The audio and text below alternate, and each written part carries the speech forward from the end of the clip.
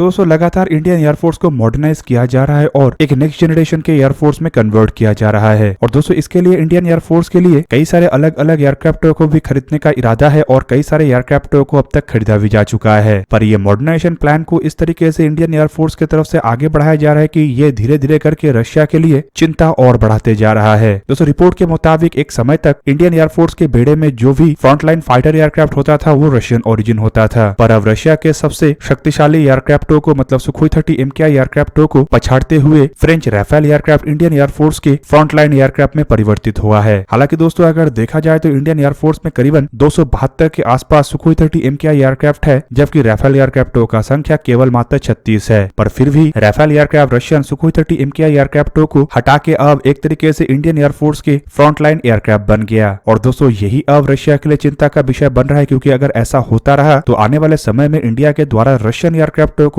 शायद उस तरीके से ना खरीदा जाए जिस तरीके से अब तक इंडिया की तरफ से खरीदा जा रहा था। अब दोस्तों बीते 15 साल से इंडियन एयरफोर्स के फ्रंटलाइन एयरक्राफ्ट के रूप में सुखोई 30 MKI एयरक्राफ्टों को ही देखा जा रहा था और इसी कारण बीते 15 साल से इंडियन एयरफोर्स की तरफ से जो भी बायलैटरल या मल्टीलैटरल एयर एक्सरसाइजेस का हिस्सा बना जाता था उसमें सुखोई 30 MKI एयरक्राफ्टों को ही भेजा जाता था। पर हाल ही में पहली बार भारत के द्वारा राफेल एयरक्राफ्टों को एक मल्टीलैटरल एक्सरसाइज के लिए भेजा गया था और वो भी बिना सुखोई 30 MKI के फ्लीट के, मतलब केवल मात्र राफेल एयरक्राफ्ट ही इस एक्सरसाइज का हिस्सा बना था, जो एक तरीके से साफ साफ दर्शाता है कि भारत में अब रशियन ओरिजिन फ्रंटलाइन एयरक्राफ्टों को फ्रेंच ओरिजिन डैसॉल्ट एविएशन के राफेल एयरक्राफ्टों के द्वारा धीरे धीरे करके रिप्लेस किया जा रहा है। अब दोस्तों हाल ही में भारतीय वायुसेना के 4 frontline omni role Rafale aircraft France के मॉन्ट द मार्सन नामक एयरबेस में आयोजित एक्सरसाइज ओरियन 2023 का हिस्सा बनने के लिए गया था। दोस्तों बेसिकली ये जो एक्सरसाइज है इसमें भारत, फ्रांस के अलावा United State, United Kingdom, Germany, Greece, Italy, Netherland और स्पेन भी एक हिस्सा था। दोस्तों ये जो एक्सरसाइज ओरियन है ये एक बहुत ही बड़ा एक्सरसाइज है। इस एक्सरसाइज में जहाँ पे यूरोप के महत्वपूर्ण देश और नेटो के मेंबर शामिल थे, तो वहीं पे यूरोप के बाहर 2 देश मतलब भारत और अमेरिका शामिल था और भारत एकमात्र ऐसा देश है जो नेटो में नहीं है। दोस्तों ये एक्सरसाइज लंबा चला था और रिपोर्ट के मुताबिक इसका शुरुआत 17 अप्रैल के दिन हुआ और 5 मई तक ये लंबा चला। इंडियन एयरफोर्स की तरफ से राफेल एयरक्राफ्टों के अलावा करीबन 165 एयरमैन और ऑफिसरों को भेजा गया था, जबकि इसके अलावा 2 C-17 Globemaster heavy cargo aircraft और 2 इल्यूजन 78 मिड एयर रिफ्यूलिंग एयरक्राफ्टों को भी भेजा गया था। दोस्तों यहाँ पे आप लोगों को ये भी जान के रखना चाहिए कि ये जो एक्सरसाइज था ये टोटल 2 फेज में हुआ था। इसका जो दूसरा फेज था इसमें करीबन 12,000 पर्सनल शामिल थे। अब दोस्तों यहाँ पे रशिया के लिए चिंता का विषय ये है क्योंकि धीरे धीरे करके भारत अपने फोकस वेस्टर्न एयरक्राफ्टों के तरफ कर रहा है। फिलहाल अगर देखा जाए तो इंडिपेंडेंट के बाद से भारत के द्वारा जब भी कोई बड़े और महत्वपूर्ण हथियार खरीदा गया तो भारत रशिया से ही ये खरीदा है, चाहे फाइटर एयरक्राफ्ट हो, टैंक हो, ट्रांसपोर्ट एयरक्राफ्ट हो या फिर आर्टिलरी हो, ये अब तक भारत के द्वारा रशिया से ही केवल मात्र परचेस किया जाता था। पर अचानक से भारत की तरफ से रशिया से फोकस को संपूर्ण रूप से हटाया गया और वेस्टर्न देशों की तरफ फोकस केंद्रित किया गया। और वो भी अगर देखा जाए तो फाइटर एयरक्राफ्टों के मामले में फिलहाल भारत के लिए रशिया के बाद दूसरा सबसे बड़ा साथी है फ्रांस। हालांकि दोस्तों जिस तरीके से भारत फ्रांस के साथ आगे बढ़ रहा है इससे माना जा रहा है कि आने वाले कुछ ही सालों के अंदर रशिया शायद दूसरे नंबर पे पहुंच जाए और भारत का सबसे प्रमुख हथियारों का सप्लायर फ्रांस ही बन जाए। हालांकि दूसरी तरफ भारत खुद भी अपने बलबूते पे हथियारों को निर्माण कर रहा है, जो एक तरीके से इन सभी हथियारों को एक्सपोर्ट करने वाले देशों के लिए चिंता का विषय बन रहा है। दोस्तों देखा जाए तो भारत की तरफ से 36 राफेल एयरक्राफ्टों को खरीद के केवल मात्र शुरुआत किया गया और दोस्तों इन एयरक्राफ्टों के द्वारा जहां पे एक तरीके से फ्रंटलाइन सुखोई 30 MKI एयरक्राफ्टों के जगह को भरा जा रहा है या फिर कहे तो जगह को छीना जा रहा है, तो वहीं पे नेवी के बेड़े के लिए भी बताया जा रहा है कि भारत के द्वारा राफेल M एयरक्राफ्टों को ही शायद चुना गया है। दोस्तों नेवी के बेड़े में भी फ्रांस की तरफ से अपने MiG-29K एयरक्राफ्टों का ऑफर किया गया था, लेकिन एक तरीके से आप कह सकते हैं कि MiG-29 एयरक्राफ्टों के ही जगह भरने के लिए टेंडर जारी किया गया था।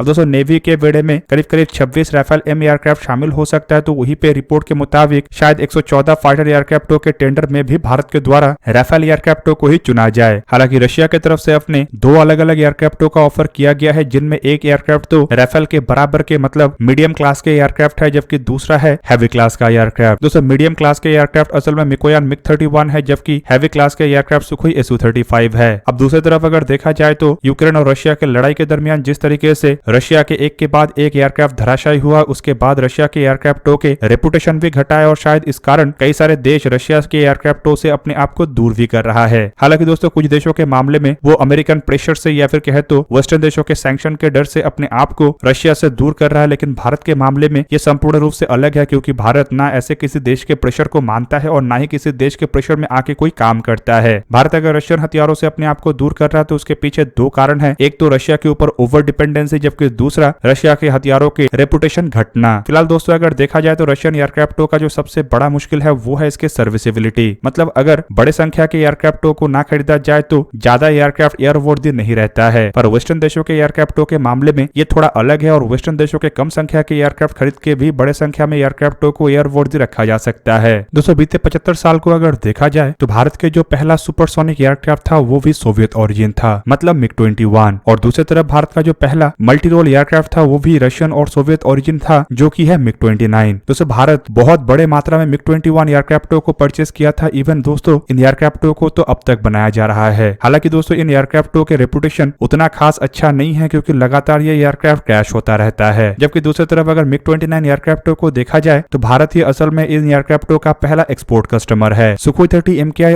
असल में सुखोई 30 एयरक्राफ्टों के एक स्पेशल वेरिएंट है जिसे संपूर्ण रूप से इंडिया स्पेसिफिक मॉडर्नाइजेशन के साथ, मतलब इंडिया की आवश्यकताओं को ध्यान में रखते हुए बनाया गया था। और इसके अलावा अगर देखा जाए तो रशिया भारत के साथ कई सारे ज्वाइंट वेंचर प्रोजेक्ट में भी काम कर चुका है, जिनमें टैंकों से शुरू करके आर्टिलरी और मिसाइल तक शामिल है। रशिया ही एकमात्र ऐसा देश है जो भारत को लीज में न्यूक्लियर पावर अटैक सबमरीन दिया था और रशियन एयरक्राफ्ट कैरियर को ही भारत के द्वारा खरीद के आज INS विक्रमादित्य के रूप में इस्तेमाल किया जा रहा है। पर दोस्तों ये उस समय का बात है जब वेस्टर्न देश थोड़ा भारत से अपने आप को दूर रखते थे और भारत एक तरीके से मजबूरन रशिया से इतने बड़े संख्या के हथियारों को परचेस करता था। पर दोस्तों इतने बड़े संख्या में हथियारों को परचेस करने के बावजूद भी आज भारत हथियारों के मार्केट में अपना नाम जमा नहीं सका और केवल मात्र इंपोर्टर ही बन के रहा। और फिलहाल जो हथियार भारत की तरफ से अन्य देशों को एक्सपोर्ट किया जा रहा है उनमें ज्यादातर हथियार भारत संपूर्ण अपने बलबूते पे बनाया है और अगर उन हथियारों में कोई अलग देश का मदद लिया गया है तो ये ज्यादातर वेस्टर्न देश है। एग्जाम्पल के रूप में तेजस एयरक्राफ्ट को ही देख ले, जिसमें अगर भारत कोई विदेशी पार्ट का इस्तेमाल किया है वो तो संपूर्ण रूप से आइदर अमेरिकन या फिर यूरोपियन पार्ट है। अब दोस्तों इससे आप लोगों को अंदाजा लग गया होगा कि बीते 75 साल में रशिया के साथ Bharat close turn defence ally का भूमिका तो निभा रहा था, लेकिन उससे भारत को आत्मनिर्भर होने में ज्यादा कुछ मदद नहीं मिला। इवन अगर मदद मिला होता तो 272 सुखोई 30 MKI जैसे एयरक्राफ्ट खरीदने पे कम से कम भारत को जेट इंजन के टेक्नोलॉजी तो अवश्य मिला होता। हालांकि इन सभी एयरक्राफ्टों को भारत में ही मैन्युफैक्चर किया गया है, लेकिन फिर भी भारत को इसमें इस्तेमाल होने वाले ज्यादातर इक्विपमेंटों के टेक्नोलॉजी नहीं मिला। इक्का दुक्का जो टेक्नोलॉजी भारत के पास है वो आइदर भारत की तरफ से खुद से बनाया गया है या फिर मजबूरन रशिया को देना पड़ा। दोस्तों रशियन हथियारों को लेकर फिलहाल भारत उतना अधिक भरोसा नहीं कर पा रहा है क्योंकि यूक्रेन और रशिया के लड़ाई के दरमियान भी कई सारे महत्वपूर्ण रशियन हथियारों के रेपुटेशन काफी खराब हुआ है, चाहे वो सुखोई 35 जैसे बेहतरीन फाइटर एयरक्राफ्ट हो या फिर रशियन नेक्स्ट जनरेशन के टैंक हो। अब ऐसे में दोस्तों संपूर्ण रूप से रशियन हथियारों के ऊपर अगर भारत डिपेंडेंट रहा तो ये किसी भी लड़ाई में भारत के लिए मुश्किल पैदा कर सकता है। जबकि दूसरी तरफ अगर देखा जाए तो चाइनीज प्लेटफॉर्मों को भी काउंटर करने के लिए भारत के लिए परफेक्ट होता है अमेरिकन और यूरोपियन हथियार। और शायद इसी कारण भारत के द्वारा अब यूरोपियन हथियारों की तरफ खाली फोकस नहीं किया जा रहा है, बल्कि एक एक करके रशियन हथियारों की जगह में यूरोपियन और अमेरिकन हथियारों को इंडियन आर्म फोर्सेस के बेड़े में शामिल किया जा रहा है। और दूसरी तरफ दोस्तों अगर देखा जाए तो इतने बड़े संख्या के सुखोई 30 MKI एयरक्राफ्ट होने के बावजूद अगर 36 राफेल इंडियन एयरफोर्स के फ्रंटलाइन एयरक्राफ्टों के भूमिका निभाता है तो ऑब्वियसली इससे रशियन प्लेटफॉर्म मतलब सुखोई 30 MKI जैसे एयरक्राफ्टों के भी रेपुटेशन खराब होगा और दोस्तों इससे भी रशिया काफी अधिक चिंतित है।